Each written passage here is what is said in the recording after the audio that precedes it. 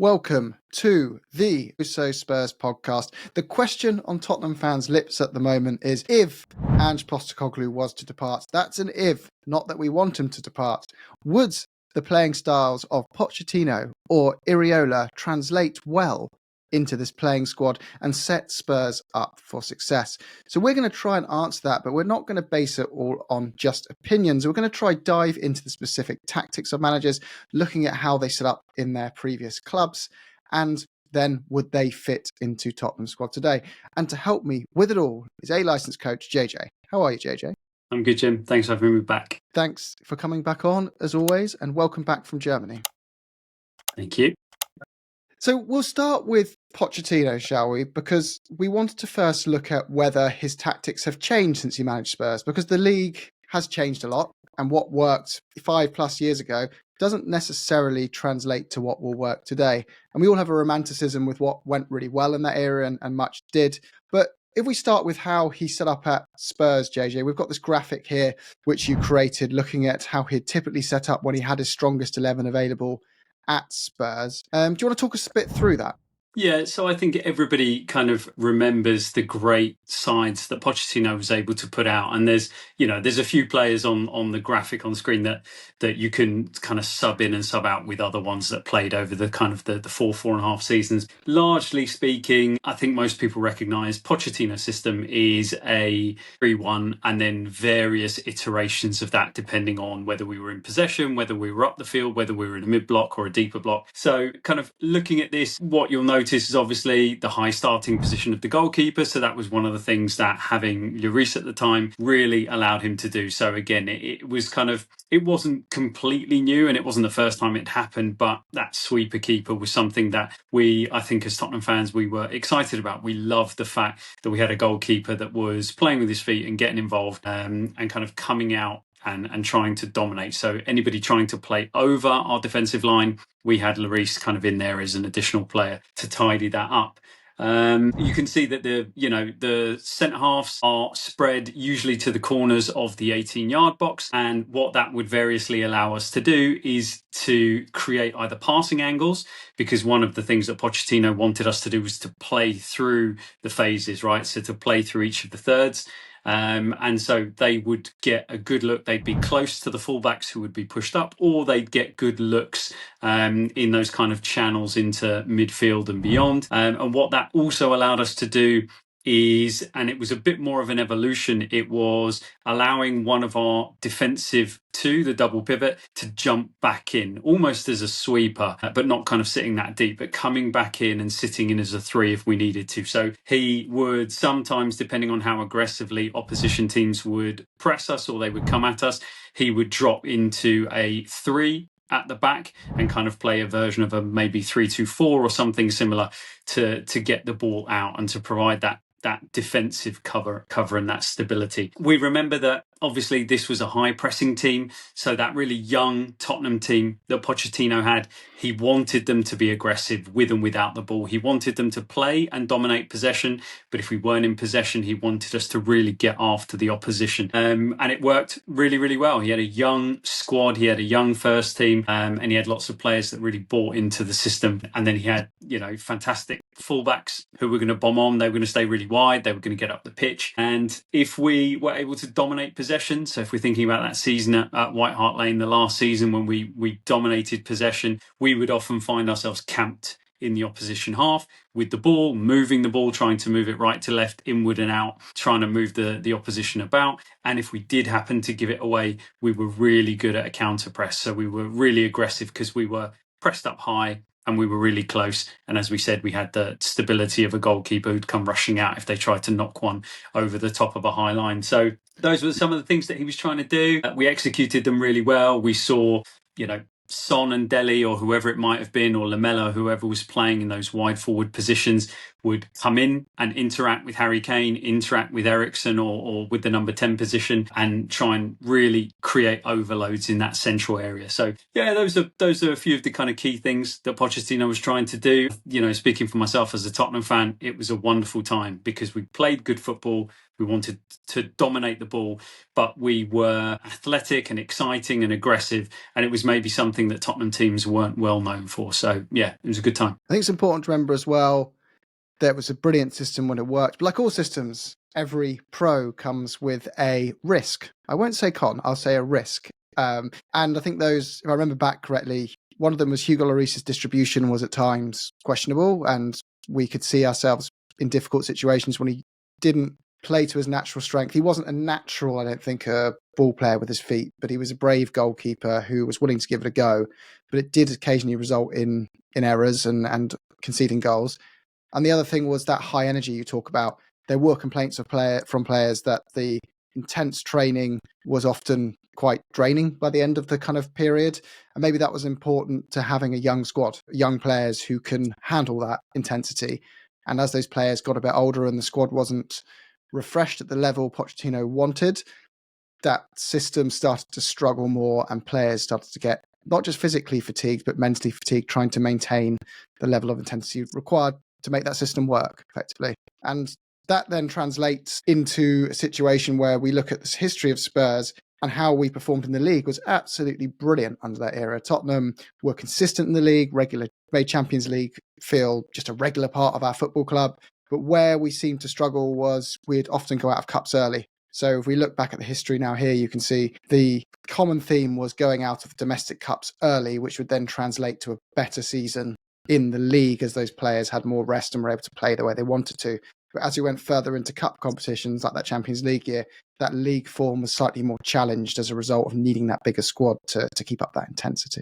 And then Poch went on to PSG. Did he change the system there, JJ? Yeah, so what's interesting about the evolution is that when Pochettino kind of moved on and there's a graphic there to show one of the common kind of more the second season of the PSG team that he took on. He stayed true to the 4-2-3-1. That is clearly his basic principle that he likes to play out of and have variations of. But what was maybe a little bit of an evolution, and I think this is a positive that works for Pochettino as we look through the various evolutions, is that he is very good at altering the system that he wants to use for the playing staff he's got, which is potentially a criticism that some managers are facing, that they don't necessarily do that. But he definitely changed things up, and you had to do that because the team that he had at PSG, and if you think about him going from his first season to his second season and then bringing in Leo Messi, who still, one of the greatest to ever do it, but he was an older player and he was a very different type of player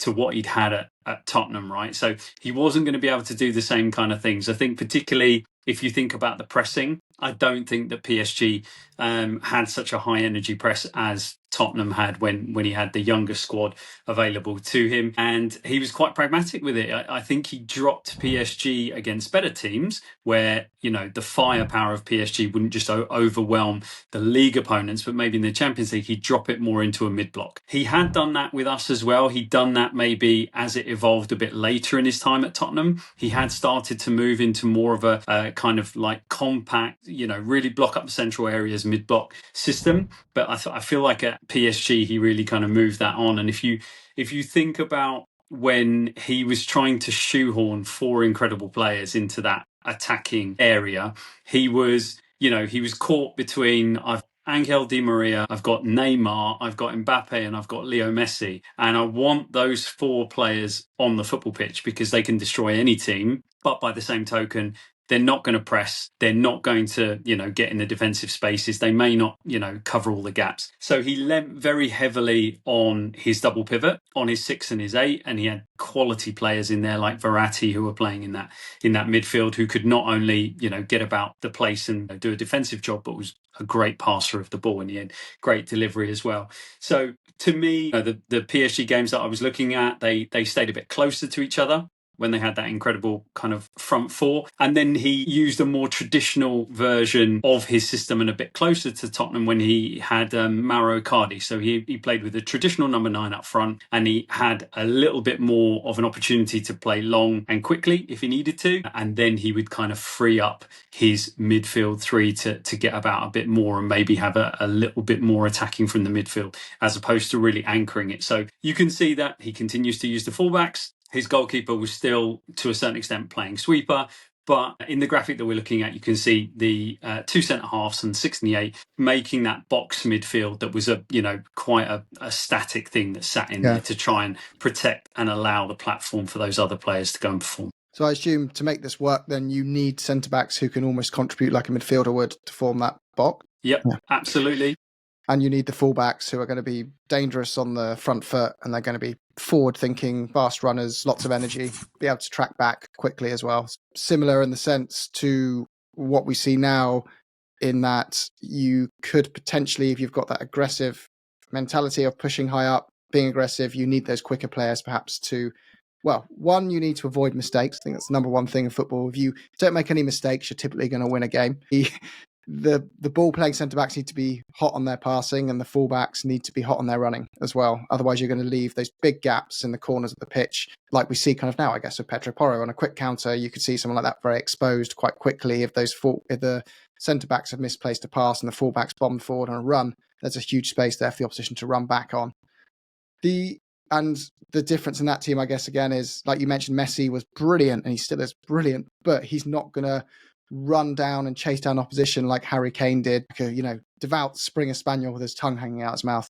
He's going to have to try and compensate for that lack of pressing elsewhere on the pitch. Then we move on to Chelsea, and he had a very deep squad. So you'd think on paper here, right, he's going to have deep squad. He's going to be able to use that squad to maintain those levels of energy. Did he change the way he played again?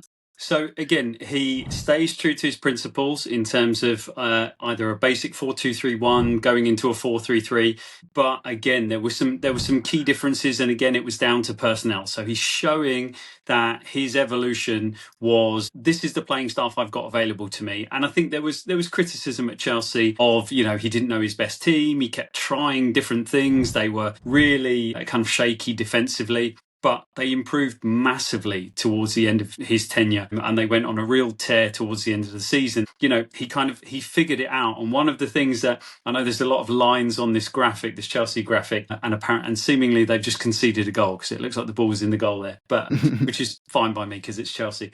But one of the things that he did do is he kind of found that he had more stability if he used the sort of a back three, but he would use one of his fullbacks in the back three. So instead of dropping one of his midfielders like Caicedo or Gallagher or Enzo into the defensive line, he would actually keep one of his fullbacks in the back three. It's slightly rotated so they can get up the pitch if they need to and support. But he would do that, and that might have been to do with the centre halves that Chelsea were deploying and age and ability for them to get about the pitch. But that allowed, basically Chelsea were using their right fullback a lot more. So they were pushing the right fullback on a lot more. So they were tilting the side and attacking a lot more down the right-hand side. And so what they did off the back of that is they kind of sat Caicedo in at the 6 as a protective element in front of a 3. And you can see there the zones that Cole Palmer in, dropping into the number 10 was getting into and trying to create. And he was extremely successful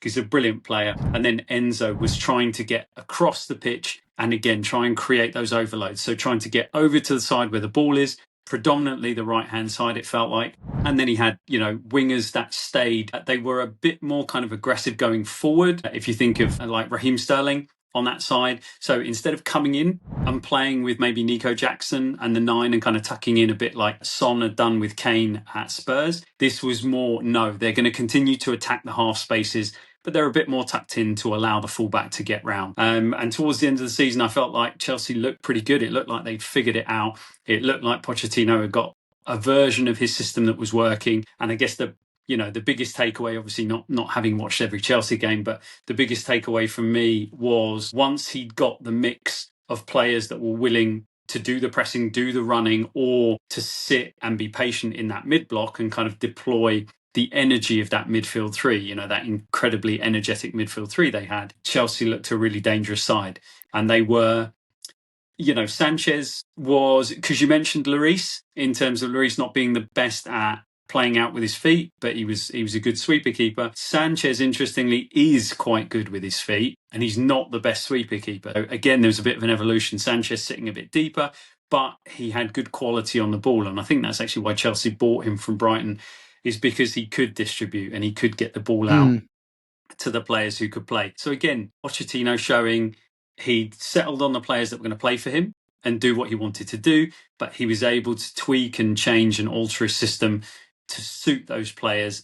And for me, it looked like it was going quite well. Do you feel any players in particular would shine in the system in our current squad, or of any players in particular on the reverse would perhaps struggle to adapt to the core underlying principles of the way Poch plays? I think, again, and this might be rose-tinted spectacles, Poch is 4-2-3-1 with the stability it offers you and with some of the playing staff that we've got.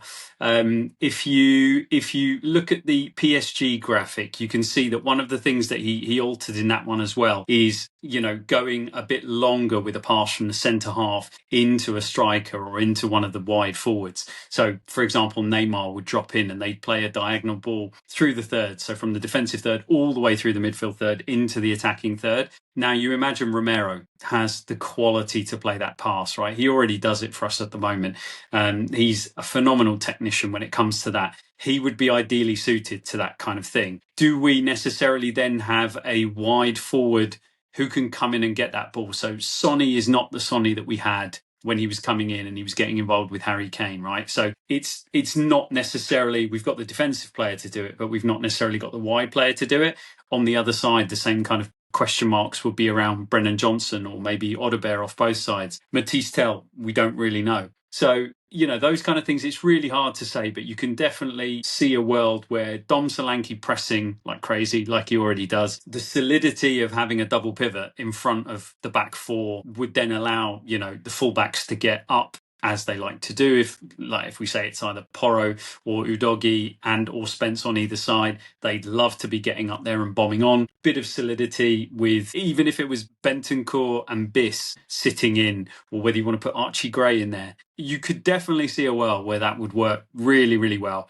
But again, that might just be kind of shoehorning in the players that we've got to a system that we were playing 8-9 years ago.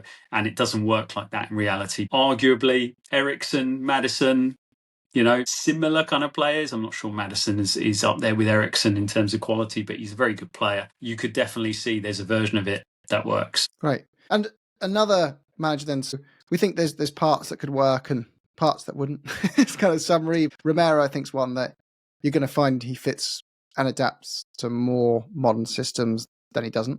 It's kind of down to the base, isn't it? Good players can do more things and therefore they can fit more systems. So the more one-dimensional players might struggle a bit more to adapt to that. Other name that's being heavily linked with us, who has a core underlying principles similar to Pochettino's in some respect, is Iraola. What do you feel about these kind of links to Spurs? The perception is, the second part of the question, that we're going to be playing front foot, attacking, exciting football, dominating possession. That would be the kind of, I think that's the general consensus I'm gathering for social media. Someone's probably screaming and tapping away in the comment section right now going, no, I know that's not the case, or it is the case, whatever. What do you make of that? Do you think he's, firstly, two questions then, is his style of play attacking, dominating possession? And two, would he fit the kind of squad we've got, do you feel, as well? I mean, it's a fascinating question. The squad we've got, I would argue that you would want to upgrade it significantly no matter who is coming in. I still think there are really large gaps in the the first 11, the first 15, whatever you want to call it, for any manager to come in and to challenge. It depends what we want to do. Do we want to just have deep runs in the cups? With a few players, maybe we could do that. But if you want to be a team that's challenging over a period of time and being at the top of the table and consistent, I feel we do need additions. We need, genuine first team additions to the squad, whoever came in. In what roles, sorry, JJ, in particular, do you think? Is there one or two positions in particular that we need those upgrades, you feel? I think it's interesting to say upgrade. Sometimes, You think about the players that are in your first team, and you're like, wow, we couldn't really upgrade him. That would have been an argument about that Pochettino team. It was, well, we couldn't possibly find anybody better than all those 1 to 11. But actually what you need is a 12 to 16 that are either almost as good, i.e. pushing them every single week, or they provide something slightly different but still fit the system. And I feel that's where we are. Like Dom Solanke, I think, has been fantastic. I still think we need a second striker who either has a different profile to him and does something different that allows you to set up differently, or needs to be better than him. And it's difficult because he cost whatever it was, 60, 65 million. It's a huge sum. So arguably you have to spend 80, 100. It's a really difficult conversation to have. The wide forwards as well. You might argue that we could definitely bring in somebody who's another 1v1 specialist to play off either wing. The 6 obviously is topical. Everyone thinking about we need a great number 6 in there. And then the Iraola thing it's really interesting because I've seen the most of him as a manager at Bournemouth. And what I see from Bournemouth is someone that's gone in there. He's got a clear philosophy, but similar to Ange, it's 100 miles an hour. It's very transition based. Like they move the ball forward very, very quickly. Like sideways passes is not really a thing. It's regains and move forward quickly, or it's with the ball, straight passes, really positive, and get it forward quickly. They press, they harry, and they run a lot. And so they get a lot of the same issues that we get at Tottenham in terms of injuries and things like that, and where their weaknesses are. So it's interesting to me that Iraola, being quite similar to Ange, is somebody who's being so tightly linked to us.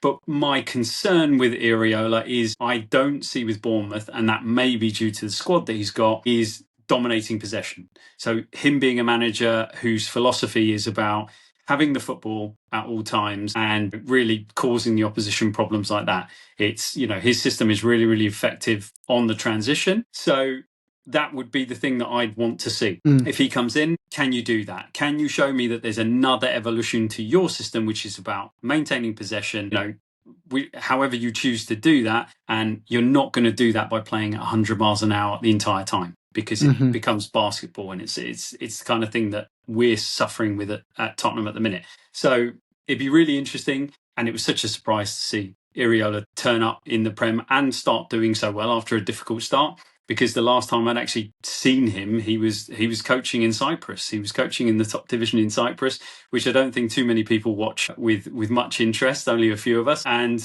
yeah, he didn't have the best of time with a smaller team over there. And I don't think he won many games in his last couple of months. I think he got the sack. So it was interesting to see him come. There's clearly something there that Bournemouth have identified, and he's done brilliantly. So yeah, there's hope, but I'd like to understand how he's going to progress the ball and dominate possession. I guess the question mark I'd have listening to that is, like you say, it's these often tactics that work really well for, I think Nottingham Forest are a good example of a team whose those tactics work really well for a club who says, right, I don't have the player quality to go toe to toe with other clubs. So what I'll do is I'll be very functional, I'll be very direct. And I know they play most people go, what are you doing comparing Iraola to Nuno Espirito Santo? But the thing I see in common with them is their secret weapon is direct passing and quick movements on those direct passing. So if fans are expecting us to play out the back, tiki-taka, wow, beautiful possession, lovely kind of technical play, and find those opportunities,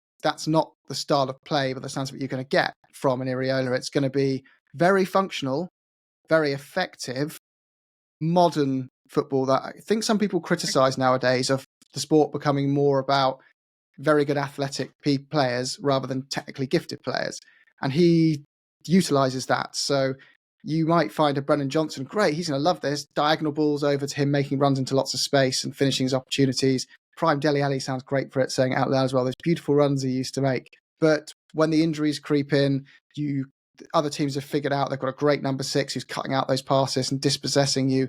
You might find the system isn't going to work and you need to have a way of adapting to that. Maybe he does have a plan for that. Maybe he knows that. We don't know. And I think we've discussed it on the show before, right?